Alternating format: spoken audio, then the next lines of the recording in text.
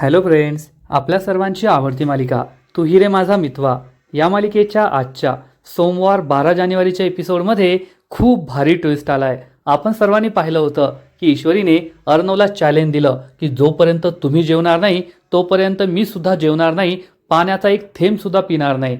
आणि अर्णव सुद्धा इरेला पेटला आणि अर्णवने जेवण केलंच नाही। ईश्वरीने त्याच्यासाठी खूप सुंदर अशी खीर बनवली होती, पण अर्णवने खीर सुद्धा खाल्ली नाही। मग ईश्वरी त्याच्यासाठी फळं घेऊन गेली, पण अर्णवने फळं खाण्यास सुद्धा नकार दिला।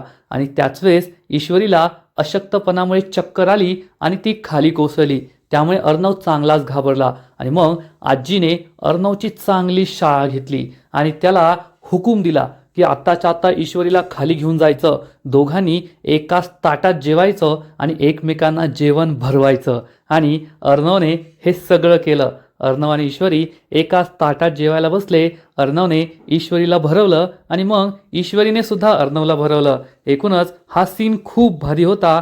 हा एपिसोड पाहायला खूप मजा आली।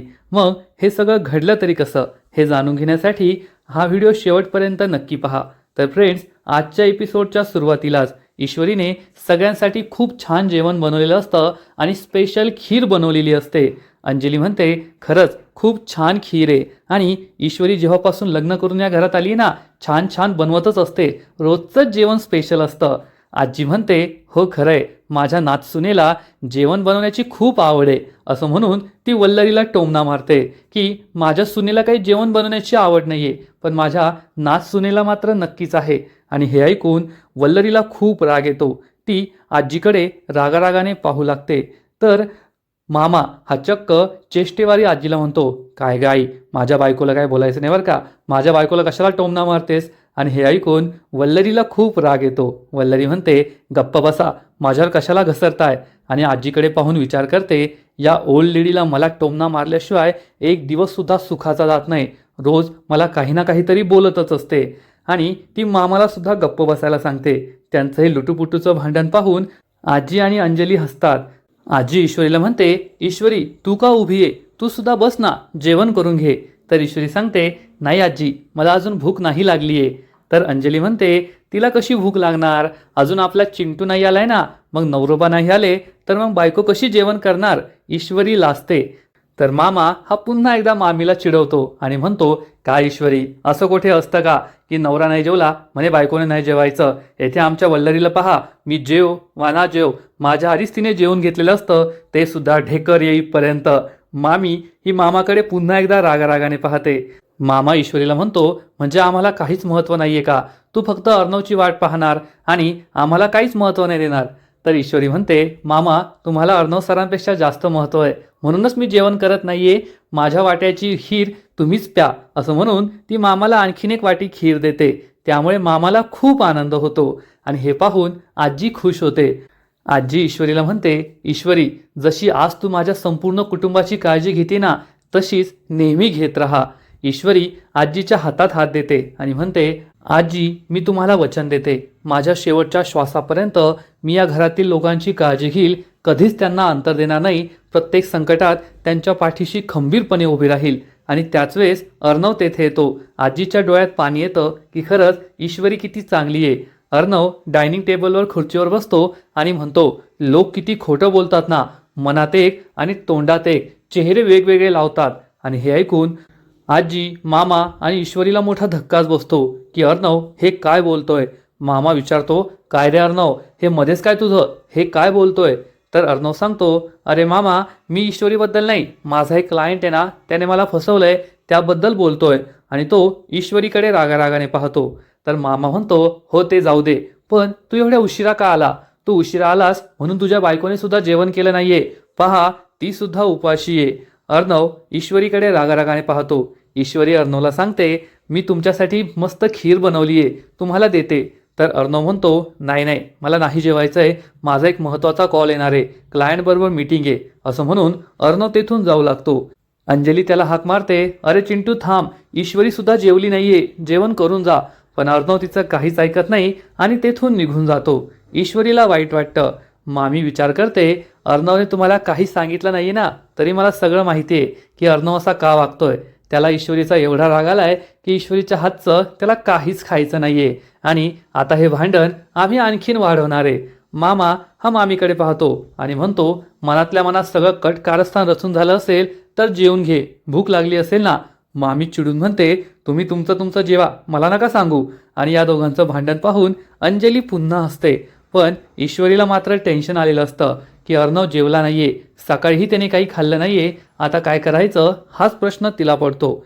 तर इकडे आपले लव्ह बर्ड्स म्हणजे आकाश आणि नम्रता हे दोघे पुन्हा एकत्र असतात आणि आकाश चक्क तिच्या क्लाउड किचनचा हिशेब लावत असतो. नम्रता त्याच्यासाठी चहा घेऊन येते आणि विचारते, आकाश सर लागला का 1300 रुपयांचा हिशेब? आकाश सांगतो, नाही ना लागला. तर नम्रता त्याला म्हणते, सर मला हेच कळत नाहीये, तुम्ही इतके बिझी असता, इतका मोठा बिझनेस आहे तुमचा, दिवसभर क्लायंटबरोबर मीटिंग प्रेझेंटेशन आणि तुम्ही तुमची सगळी कामं सोडून येथे का आला आहात? तर आकाश विचारतो, कारण तू माझी बेस्ट फ्रेंड आहेस आणि तुझी मदत करायला मी माझी सगळी कामं सोडून येऊ शकतो. तू मला सांग, तू माझ्यासाठी हा गरमागरम चहा का आणलाय? तर नम्रता सांगते, कारण तुम्ही सुद्धा माझे बेस्ट फ्रेंड आहात म्हणून मी तुमच्यासाठी हा चहा आणलाय. आकाश आणि नम्रता दोघेही एकमेकांकडे प्रेमाने पाहतात. जसं ईश्वरी आणि अर्णव एकमेकांना प्रेमाची कबुली देत नव्हते, तसंच आकाश आणि नम्रता हे सुद्धा एकमेकांना प्रेमाची कबुली देत नाही आणि एकमेकांशी फक्त कोड्यातच बोलत असतात. आकाश विचारतो, तुला फक्त फ्रेंडशिपच हवी आहे की आणखीन काही? नम्रता हसू लागते. दोघेही एकमेकांकडे खूप प्रेमाने पाहतात, हसतात, परंतु प्रेमाची कबुली काही देत नाही. एकूणच आकाश आणि नम्रता हे दोघेही एकमेकांच्या प्रेमात वेडे झालेत. आणि जेव्हापासून अर्णवने आकाशला सांगितलंय की नम्रताच्या क्लाउड किचनचं आणि नम्रताच्या बाबांची सगळी जबाबदारी तू घे, तेव्हापासून आकाशला तर ती संधीच मिळाली आहे नम्रताला पुन्हा पुन्हा भेटण्याची आणि तो या संधीचा पुरेपूर फायदा घेतोय. आणि लवकरच या दोघांचं सुद्धा जमणार आणि नम्रता वल्लरीची सून बनून घरात येणार एवढं मात्र नक्की. पण दुसरीकडे ईश्वरी हे सगळे जीवन गेल्यानंतर आवरासावर करत असते. त्याच वेळेस राजेश तेथे येतो आणि घाणेरड्या नजरेने ईश्वरीकडे पाहू लागतो. ईश्वरीला समजतं हा नालायक येथे आलाय, पण ती काहीच बोलत नाही आणि तिचं तिचं काम करू लागते. तर राजेश तिच्या जवळ येतो. तेथे टेबलवर मस्त खीर ठेवलेली असते आणि म्हणतो, मला कळलंय आज माझ्या इंदोरी जिलेबीनी इंदोरी खीर बनवली आहे. आणि तो ही खीर चाखतो आणि म्हणतो, अरे वाह, काय भारी खीर आहे, काय टेस्टी खीर बनवली ईश्वरी, काय सांगू तुला, काय भारी खीर आहे. मला तर वाटतंय की बनानेवाले के हात चुमलू. आणि तो चक्क फ्लाइंग किस देतो ईश्वरीला. त्यामुळे ईश्वरी त्याच्याकडे रागारागाने पाहू लागते. ईश्वरीला तो म्हणतो, ईश्वरी कशाला मला डोळे दाखवतेस, मला माहिती आहे तुझ्याबरोबर काय घडलं. आज तू त्या नालायकासाठी तुझ्या नवऱ्यासाठी इतक्या प्रेमाने इतकी टेस्टी खीर बनवली, पण त्याने खाल्लीच नाही. कशाला त्याला खाऊ घालतेस, त्याच्या पुढे पुढे करतेस. येथे मी तुझ्या मागे मागे करतोय आणि तू त्याच्या पुढे पुढे करतेस. मला माझ्या बावळट बायकोने सगळा रिपोर्ट दिलाय. मी घरी नव्हतो, पण माझ्या बावळट बायकोचा बावळटपणा मला नेहमी फायद्याचा ठरतो. तिने मला सगळं सांगितलंय की तू अर्णवला खीर खायला दिली, पण तो तुझ्याशी न बोलताच निघून गेला, खीर न खाताच निघून गेला. मी तर म्हणतो त्याने जाणून बुजून असं केलंय. तू कशाला त्याच्या मागे मागे करतेस? त्यापेक्षा माझ्याकडे मी तुला खूप सुखात ठेवेल. ईश्वरीला खूप राग येतो आणि ती चिडून म्हणते, तू मला सुखात ठेवशील का? लायकीत राहा. अर्णव सरांच्या बुटाला जी घाण लागलेली असते ना, तेवढी सुद्धा तुझी लायकी नाहीये आणि तू मला सुखात ठेवशील, नालायक कुठला. राजेश खूप खुश होतो आणि म्हणतो, ईश्वरी मी तुला सांगितलंय ना, जेव्हा जेव्हा तू माझ्यावर चिडतेस ओरडतेस तेव्हा खूप गोड दिसतेस. आता सुद्धा तशीच गोड दिसतीये. मला तर वाटतं तू जाणून बुजून असं करतेस, कारण मी तुला सांगितलंय रागावल्यावर तू गोड दिसते आणि तू गोड दिसावीस म्हणून जेव्हा कधी मी तुला दिसतो तू जाणून बुजून माझ्या रागवतेस. खरं आहे ना? खरं सांग. आणि तसंही त्या अर्णवला तुझी किंमत नाहीये. इतक्या भारी इंदोरी जिलेबीचा स्वादच तो घेऊ शकत नाही. त्यापेक्षा तू त्याला डिवोर्स देऊन टाक, त्याला कायमचं सोड आणि मग माझ्याकडे ये. पहा मी तुला किती सुखात ठेवतो, राणी बनवून ठेवेल तुला, राणी. तर ईश्वरी चिडून म्हणते, अर्णव सरांबरोबर माझं रोज जरी भांडण झालं ना, तरी मी त्यांच्याबरोबर सुखी राहील आणि तुझं हे दिवा स्वप्न पाहण्याचं बंद कर. मी तुझ्याबरोबर कधीच येऊ शकत नाही, तुझ्याकडे कधीच येणार नाही, त्यामुळे निघ इथून. तर राजेश हा चक्क हृदयाला हात लावतो आणि म्हणतो, अरे बापरे, एवढं प्रेम, मला हार्ट अटॅक येईल ना. तर ईश्वरी म्हणते, बरं आहे, मर एकदाचा, नालायक माणूस कुठला. उगाच जन्माला आला आम्हाला त्रास देण्यासाठी. एकदाचा मेला ना तर बरं होईल. राजेश आणखीनच चिडतो आणि म्हणतो, ए इंदोरी जिलेबी, माझ्याशी नीट बोलायचं. तुला काय वाटतं मी तुझ्याशी फक्त बोलतो, धमकी देतो म्हणजे मी काही करू शकत नाही का? माझ्या मनात आणलं ना तर एका मिनिटात मी तुला पळून नेईन आणि मला जे हवंय ना ते मिळविल सुद्धा. असं म्हणून तो ईश्वरीकडे खूप घाणेरड्या नजरेने पाहतो. ईश्वरी चिडते आणि तिच्या हाताला पाण्याचा भरलेला ग्लास सापडतो आणि ती चक्क हा ग्लास त्याच्या तोंडावर फेकून मारते. राजेशच्या पायाखालची जमीनच सरकते. राजेश्वर ईश्वरी चिडून म्हणते, हे तुझं दिवा स्वप्न आहे, तुझा गैरसमज आहे की तू मला मनात आणल्यावर येथून पळून नेऊ शकतो. एक लक्षात ठेवायचं, मी अर्णव राजेशिर्केची बायको आहे, ईश्वरी अर्णव राजेशिर्के, आणि मला तू हातही लावू शकत नाही. मला पळून नेणं हे तर लांबच राहिलं. त्यामुळे लायकीत राहायचं, ही गोष्ट लक्षात ठेवायची आणि पुन्हा माझ्याशी असं बोलायचं नाही. असं म्हणून ईश्वरी तेथून निघून जाते. राजेशला खूप राग येतो. या ईश्वरीची मिजाज दिवसेंदिवस वाढत चाललीये. ती मला काही बाही बोलतीये, माझा अपमान करतीये. हिला तर धडा शिकवावाच लागेल, याचा बदला घ्यावाच लागेल असं राजेश ठरवतो. एकूणच राजेशचा कितीही राग येत असला पण त्याची जी ॲक्टिंग आहे, त्याचे एक्सप्रेशन, त्याचे डोळे, हे सगळं पाहायला खूपच मजा येते. एवढं मात्र नक्की. इकडे सुप्रिया ही अशोक सातभाईच्या बायकोला कॉल करते आणि विचारते, मी सुप्रिया बोलतेय, मी तुम्हाला काही दिवसांपूर्वी कॉल केला होता. तुम्ही त्या दुसऱ्या पत्रकार मित्रांशी बोलला का? तुम्हाला त्या केसबद्दल, त्या बातमीबद्दल काही माहिती कळाली आहे का? तर ही बाई म्हणते, पण तुम्हाला इतक्या जुन्या गोष्टीबद्दल, इतक्या जुन्या बातमीबद्दल का जाणून घ्यायचं आहे? ते तर प्रकरण खूप जुनं आहे, कशाला उगाच ते उकरून काढताय? तर सुप्रियाला खूप वाईट वाटतं. सुप्रिया म्हणते, मला माहीत नाही आहे की तुम्हाला मुलगी आहे की नाही, पण मी तुम्हाला एवढंच सांगू शकते की त्या बातमीमुळे माझं आयुष्याचं वाटोळं तर झालंच होतं, पण आता माझ्या मुलीच्या संसाराचं सुद्धा वाटोळं होतं आहे आणि मला त्या केसबद्दल, त्या बातमीबद्दल माहिती जाणून घेणं खूप महत्त्वाचं आहे. तुम्ही जर मला मदत केली ना तर माझ्या मुलीचा संसार वाचेल. त्यामुळे तुम्ही मला या प्रकरणात मदत करा.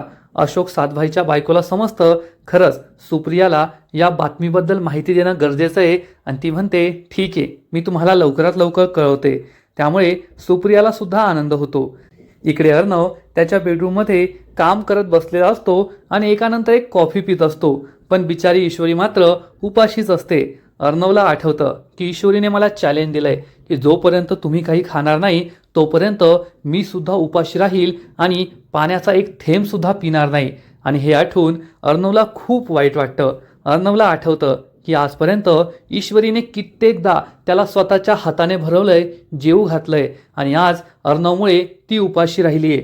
त्याला ईश्वरीची खूप काळजी वाटते. ईश्वरीबरोबर घालवलेले सगळे आनंदाचे क्षण आठवतात आणि त्याच वेळेस ईश्वरी त्याच्यासाठी फळं कापून आणते. या प्लेटमध्ये विविध फळं असतात. ईश्वरी अर्णवला म्हणते, अर्णव सर, फळं खाऊन घ्या, तुम्ही सकाळपासून काहीच खाल्लेलं नाहीये. तर अर्णव तिला म्हणतो, तुला सांगितलेलं कळत नाही का, मला काहीच खायचं नाहीये. पण ईश्वरी ही त्याला फळं खाऊन घ्यायला सांगते, पण अर्णव तिच्याकडे दुर्लक्ष करतो. ईश्वरी त्याला म्हणते, सर, तुम्ही सकाळपासून काहीच खाल्लेलं नाहीये, जेवून घ्या, नाहीतर काय होईल माहिती आहे का, सगळ्यात आधी तर तुमच्या पोटातील कावळे हे जोरजोरात ओरडायला लागतील. तुम्ही त्यांच्याकडे दुर्लक्ष कराल, काही खाणार नाही, मग तुमचं डोकं बंद पडेल. मग तुमचं डोकं बंद पडलं की तुमच्या पोटातील कावळे शांत होतील आणि तुमचं डोकं हे हेलिकॉप्टरसारखं गरगर गरगर गरगर गरगर फिरायला लागेल. आणि ईश्वरी ही स्वतःच गरगर गरगर फिरू लागते. अर्णवला खूप इरिटेट होतं, पण गरगर गरगर हेलिकॉप्टरसारखं फिरत असताना ईश्वरीला चक्कर येते आणि ईश्वरी ही खाली पडणार. इतक्यात अर्णव तिला सावरतो. ईश्वरी अर्णवला म्हणते, अर्णव सर, कशाला मला सावरलंय? तुम्हाला माझी काळजी वाटत नाही ना? तुम्ही माझ्यावर चिडलाय, मग कशाला मला सावरायचं? पडू द्यायचं ना मला. पण मला माहिती आहे तुमच्या मनात आता माझ्याविषयी राग राहिलेला नाहीये. तुम्ही फक्त चेहऱ्यावर हा मुखवटा आणताय आणि या मुखवट्याने तुम्ही मला घाबरवताय. पण तुमच्या मनात जे प्रेम आहे ना ते मला कळून येतंय आणि त्या प्रेमापोटीच आता तुम्ही मला सावरलंय आणि लवकरच मी तुमचे सगळे गैरसमज दूर करणार. माझा या प्रकरणात काहीच संबंध नाहीये, माझ्या आईच्या काहीच चूक नाहीये, हे सुद्धा मी सिद्ध करून दाखवणार, एवढं मात्र नक्की. अर्णव खूप चिडतो आणि म्हणतो, तुला पुन्हा पुन्हा तेच सांगावं लागतं, माझा तुझ्यावर विश्वास नाहीये, तू खोटं बोलतीये आणि जोपर्यंत तू मला पुरावे दाखवत नाही तोपर्यंत मी तुझ्यावर किंवा तुझ्या आईवर विश्वास ठेवणार नाही, हे लक्षात ठेवायचं. अर्णव हा बोलता बोलता पुढे जातो आणि त्याच वेळेस ईश्वरी त्याच्या मागे असते. तिला चक्कर येते कारण सकाळपासून तिने काहीच खाल्लेलं नसतं आणि ईश्वरी ही चक्कर येऊन खाली कोसळते. अर्णव मागे वळून पाहतो. ईश्वरी चक्कर येऊन खाली कोसळली हे पाहून तो खूप घाबरतो आणि ताई, आजी अशा जोरजोरात हाका मारतो. ईश्वरीला चक्कर आली आहे, त्यामुळे अर्णवला खरंच तिची खूप काळजी वाटते. थोड्या वेळानंतर ईश्वरी ही बेडवर असते. आजी आणि अंजली मामा तेथे असतात. ईश्वरीला शुद्ध येते. ईश्वरी सगळ्यांकडे पाहू लागते तर आजी अर्णववर खूप चिडते आणि म्हणते, अर्णव हे सगळं तुझ्यामुळे झालंय. तू जेवला नाही म्हणून ईश्वरी जेवली नाही आणि मग तिला चक्कर आली. हे मला बिलकुल आवडलेलं नाहीये. तू असं का केलंस? अर्णव म्हणतो, आजी मी काय केलंय? तर आजी म्हणते, मला काहीच ऐकून घ्यायचं नाहीये. आता गुपचूप तिला आधार द्यायचा, खाली घेऊन जायचं आणि तिच्याबरोबर जेवण करायचं. अर्णवचा नाईलाज होतो. तो म्हणतो, आजी कशाला? तर आजी ओढून म्हणते, फक्त सांगितलेलं करायचं, जास्त बोलायचं नाही. त्यामुळे अर्णवची बोलतीच बंद होते. ईश्वरीला मात्र आनंद होतो. अंजली सुद्धा म्हणते, हो चिंटू, खूप नाटकं झाली तुझी. दिवसभर काम काम काम, जेवण करायचं नाही. तुझं सोडून दे, पण ईश्वरीला त्रास होतोय ना. चल गुपचूप तिला जीव घाल आणि तिला आधार दे. अर्णव जाऊ लागतो तर आजी म्हणते, एकटा कुठे चाललाय? तिला आधार दे. अर्णव ईश्वरीला उचलण्यास मदत करतो पण ईश्वरीचा तोल जातो आणि हे दोघेही एकमेकांच्या जवळ येतात. हे पाहून मामा आणि अंजलीला खूप आनंद होतो. अर्णव हा ईश्वरीला आधार देऊन खाली हॉलमध्ये घेऊन येतो. दोघेही डायनिंग टेबलवर बसतात तर आजी म्हणते, आता दोघांनी एकाच ताटात जेवायचं. अर्णवला मोठा धक्काच बसतो. तो विचारतो, एका ताटात कशाला? तर आजी म्हणते, सांगितलं ना, जास्त बोलायचं नाही, फक्त जेवण करायचं. आणि मग अंजली त्यांना जेवायला वाढून देते. आजी म्हणते, आता सगळ्यात आधी ईश्वरीला घास भरव. अर्णव पुन्हा तेच विचारतो, आता घास कशाला भरू? आजी म्हणते, सांगितलेलं कळत नाही का? सांगितलं तेवढं करायचं. घास भरवा म्हटला का भरवायचं, जास्त बोलायचं नाही. तर मामा म्हणतो, आज अंजली आणि अर्णवच्या लहानपणानंतर पहिल्यांदा आईचा असा सूर लागलाय. आता आई कोणाचं ऐकत नाही. अर्णव आई जे म्हणते ते कर, नाहीतर फटके खाशील तू. अंजली हसू लागते. आजीलाही हसू येतं. अर्णव आणि ईश्वरी एकमेकांकडेच पाहत असतात. अर्णवची इच्छा तर नसते पण नाईलाजाने तो ईश्वरीला घास भरवतो. ईश्वरी खुश होते. आजी म्हणते, चल ईश्वरी, आता तू अर्णवला भरव. ईश्वरी अर्णवला विचारते, सर कसला घास भरू, गोडाचा की तिखटाचा? अर्णव उद्धटपणे म्हणतो, काही भरव पण भर लवकर. आणि ईश्वरीचा नाईलाज होतो. त्यामुळे ईश्वरी ही त्याला घास भरवते.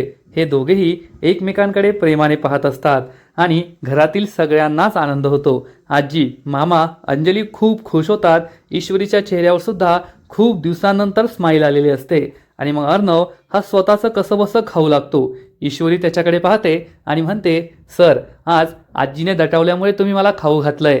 तुम्ही माझी इच्छा पूर्ण केली, पण लवकरात लवकर मी तुमचे गैरसमज दूर करेल आणि त्यानंतर आपण पुन्हा एकदा प्रेमाने एकत्र राहू आणि एकत्र जेवण करू. लवकरात लवकर अर्णव सरांचा गैरसमज दूर करायचा असं ईश्वरीने ठरवलेलं असतं.